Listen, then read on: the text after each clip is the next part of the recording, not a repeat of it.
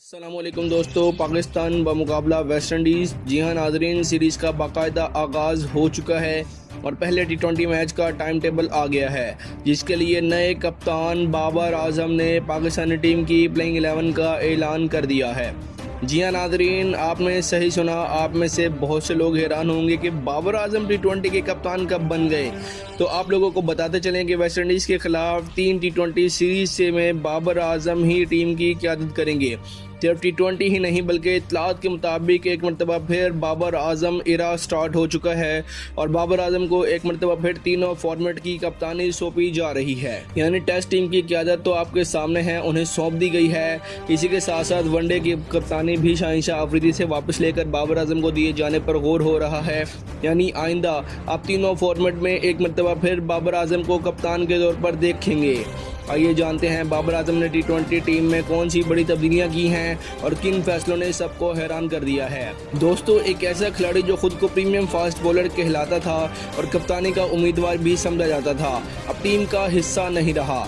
इसी तरह कई दूसरे बड़े नाम भी दोस्तों बाहर हो चुके हैं। बाबर आजम ने वाज़िया पैगाम दिया है कि अब ना दोस्ती यारी चलेगी, ना सिफारिश और ना ही किसी निकट्ठे और प्ले पर्ची पर आने वाले खिलाड़ियों को मैं टीम में रखूंगा, बल्कि फैसले सिर्फ और सिर्फ मेरिट पर होंगे। आइए दोस्तों जानते हैं वेस्ट इंडीज़ के खिलाफ पहले टी20 मैच में पाकिस्तान की प्लेइंग 11 क्या होगी, मैच कब और कितने बजे खेला जाएगा और मजीद कौन सी तब्दीलियां मतवक्की हैं। सबसे पहले आप लोग दोस्तों कमेंट सेक्शन में ये ज़रूर बताइएगा कि बाबर आजम को दोबारा कप्तान बनाना आपके ख्याल में दुरुस्त फैसला है या फिर गलत। ज़ाती तौर पर मुझे पहले दोस्तों लगता था कि शायद ये फैसला दुरुस्त साबित ना हो, क्योंकि अगर टीम हारती है तो सारी तनकीद बाबर आजम पर आ जाती, जबकि असल जिम्मेदारी किसी और की होती। लेकिन बाबर आजम ने भी दोस्तों आते ही ऐसा पत्ता फेंका है जिससे ये प्लानिंग सारी की सारी धरी की धरी रह गई है। उन्हें सिर्फ वही खिलाड़ी चाहिए, उन्होंने वाज़िया अल्फाज में कहा है, जो मुकम्मल फिट हों, 100% मेहनत करें और मुसलसल अच्छी कारकर्दगी दिखाएं। उन्होंने दोस्तों साफ अल्फाज में पैगाम दिया है कि जो खिलाड़ी परफॉर्म करेगा मैं उसे ही टीम में रखूंगा और जो कारकर्दगी नहीं दिखाएगा वो टीम से बाहर होगा। अगर दोस्तों ऐसा मुमकिन नहीं तो फिर कप्तानी किसी और के पास दे दी जाए, उन्होंने साफ कहा है और मेरे ख्याल में ये ही हकीकी कप्तानी की भी पहचान है। अब बाबर आजम भी समझ चुके हैं कि अगर उन पर गैर ज़रूरी दबाव डाला जाएगा तो वो अपने असूलों पर फिर कायम रहेंगे। तो दोस्तों आइए सीधा प्लेइंग 11 की तरफ चलते हैं, लेकिन वीडियो में आगे बढ़ने से कबल आप सब दोस्तों से सिर्फ इतनी सी दरख्वास्त है कि आप जिस जगह, जिस शहर और जिस मुल्क से भी ये वीडियो देख रहे हैं उसका नाम कमेंट सेक्शन में ज़रूर लिखिएगा, ताकि पता चल सके क्रिकेट नाज़रीन दुनिया में कहाँ कहाँ मौजूद हैं। अगर दोस्तों पाकिस्तान की ओपनिंग जोड़ी की बात की जाए तो मेरे नज़दीक इस वक्त इससे बेहतर इंतखाब फ़खर जमान और साहिब फरहान का हो ही नहीं सकता। यानी इन दोनों से बेहतर कोई जोड़ी नहीं हो सकती। दोनों खिलाड़ी जारहाना अंदाज में बैटिंग करने की सलाहियत रखते हैं और मैच के आगाज में ही मुखालिफ टीम पर दबाव डाल सकते हैं। काफ़ी अरसे से दोस्तों पाकिस्तान मुख्तलिफ ओपनिंग कम्बिनेशन आजमा रहा था, लेकिन मुस्तकिल मजाजी कहीं दिखाई नहीं दे रही थी। कभी फ़खर जमान ओपन करते थे, कभी साहिबजादा फरहान, कभी जो है ना साइम अयूब और कभी हारिस। तो जब साहिबजादा फरहान और फ़खर जमान को दोस्तों मौका मिला तो हमने देखा श्रीलंका के अंदर उन्होंने फिर क्या दमादम मस्त कलंदर किया। कभी साहिबजादा फरहान को ओपनर भेजा जाता था, फ़खर जमान को मिडिल ऑर्डर में भेज दिया जाता था। नतीजा ये निकलता था कि दोनों को कभी अपनी असल जिम्मेदारी निभाने का असल मौका मिला ही नहीं था। अगर इब्तिदा से ही इन दोनों को एक साथ ओपनिंग करने दी जाए तो शायद पाकिस्तान की बैटिंग का नक्शा कुछ और होता।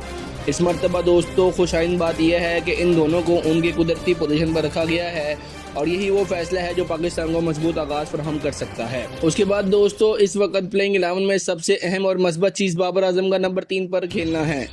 काफ़ी अरसे से ये तासर दिया जा रहा था कि बाबर आजम सिर्फ अपनी सहूलत के लिए ओपनिंग करते हैं, लेकिन अब अगर वो खुद नंबर 3 पर बैटिंग करने आते हैं तो ये वाज़िया पैगाम है कि वो अपनी ज़ाती पसंद से ज़्यादा टीम की ज़रूरत को अहमियत दे रहे हैं।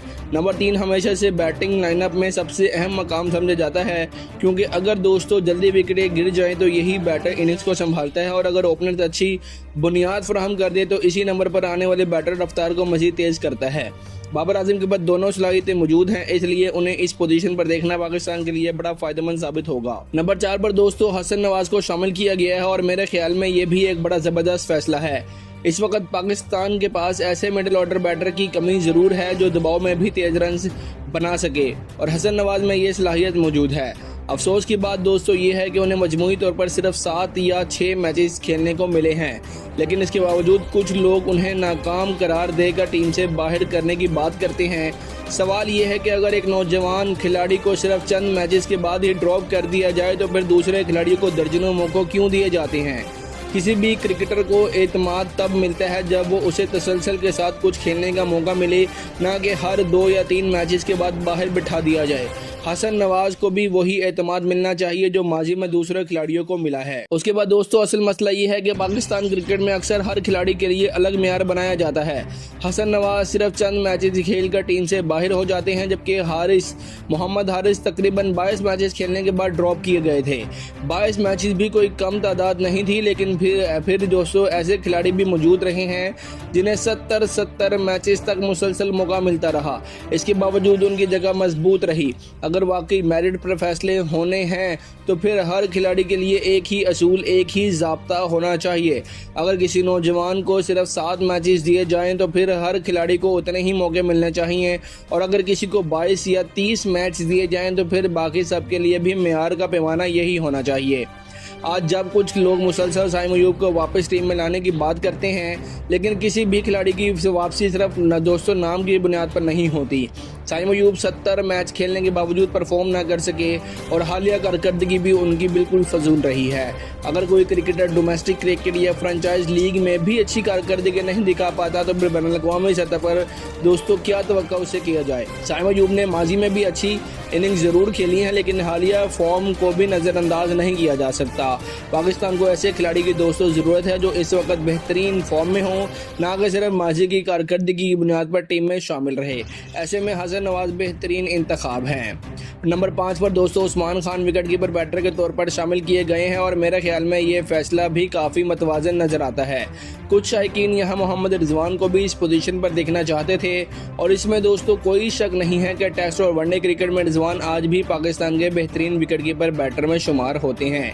लेकिन T20 क्रिकेट दोस्तों मुख्तलिफ तर्ज की क्रिकेट है और रिजवान ने ज़्यादातर ओपनिंग की है, जबकि उस्मान खान मुसलसल मिडिल ऑर्डर में खेलते आए हैं और ख़ास तौर पर नंबर 5 पर। तो दोस्तों यही वजह है कि उस्मान खान को यहाँ तरजीह दी गई है। नंबर 6 पर दोस्तों अरफात मिन्हाज को शामिल करना भी एक बड़ी खुशाइन फैसला है। यहाँ ना किसी सीनियर को दबाव नजर आता है और ना ही किसी सिफारिश की झलक, बल्कि एक ऐसे नौजवान को दोस्तों मौका दिया जा रहा है जिसने अपनी कारकर्दगी से तवज्जो हासिल की है। और मॉडर्न T20 क्रिकेट में ऐसे ऑलराउंडर की अहमियत बहुत बढ़ जाती है जो बैटिंग भी कर सके और जरूरत पड़ने पर मौसर बॉलिंग भी करवा सके। नंबर 7 पर दोस्तों हार्ड हिटर बल्लेबाज अब्दुल समद को शामिल करना इस बात का मुंह बोलता सबूत है कि टीम अब नए नौजवान खिलाड़ियों को आगे ला रही है। और अगर एक नज़र पूरी लाइनअप पर डाली जाए तो दोस्तों ऊपर फ़खर जमान, साहिब फरहान जारहाना आगाज़ फराहम करने के लिए मौजूद हैं। उसके बाद दोस्तों बाबर आजम इनिंग्स को संभालने और रफ्तार बरकरार रखने के लिए मौजूद हैं। फिर हसन नवाज, उस्मान खान और अरफात मिन्हाज और अब्दुल समद जैसे पावर हिटर्स मिडिल ऑर्डर और लोअर मिडिल ऑर्डर को मजबूत बनाएंगे। काफ़ी अर्से बाद दोस्तों इस वक्त ऐसा महसूस हो रहा है कि पाकिस्तान की बैटिंग लाइनअप बड़ी ज़बरदस्त तैयार की गई है। अगर स्पिन बॉलिंग की बात की जाए तो इब्रार अहमद स्क्वाड में ज़रूर मौजूद है, लेकिन मुतवक्का प्लेइंग 11 में उनकी जगह बनती दिखाई नहीं दे रही। और इत्तलात यही है कि टीम एक इजाफी फास्ट बॉलर के साथ मैदान में उतारने का इरादा रखती है। फास्ट बॉलिंग अटैक में दोस्तों सबसे ज़्यादा दिलचस्पी हुनैन शाह का मुमकिन डेब्यू को लेकर है। अगर वाकई उन्हें प्लेइंग 11 में शामिल किया जाता है तो ये उनका दोस्तों इंटरनेशनल में खेलने का पहला मौका होगा, जो खुद उनके करियर के लिए भी बड़ा बेहतरीन दिन होगा, क्योंकि हालिया क्रिकेट में उन्होंने अपनी सलाहियतों से भरपूर वाजिया किया है कि वो किसी से कम नहीं। इसके अलावा दोस्तों मोहम्मद वसीम जूनियर भी रफ्तार और स्विंग के ज़रिए अहम किरदार अदा करने के लिए तैयार हैं। मजमूई तौर पर अगर इस पूरी प्लेइंग 11 को जायज़ा लिया जाए तो काफ़ी अरसे बाद दोस्तों ऐसी टीम नज़र आ रही है जहां ज़्यादातर फैसले फॉर्म, किरदार और टीम को मद्देनज़र रखते हुए किए गए हैं, सिफारिशी या पर्ची पर नहीं। तो दोस्तों ये है मुतवक्का प्लेइंग 11 जो मैदान में नज़र आएगा कि ये किस तरह परफॉर्म करती है। और अगर इस मैच और शेड्यूल की बात की जाए तो दोस्तों वेस्ट इंडीज़ के दरमियान पहला T20 मैच 21 जुलाई को खेला जाएगा, जहां इस नई सोच और नई कम्बिनेशन का पहला बड़ा इम्तिहान होगा।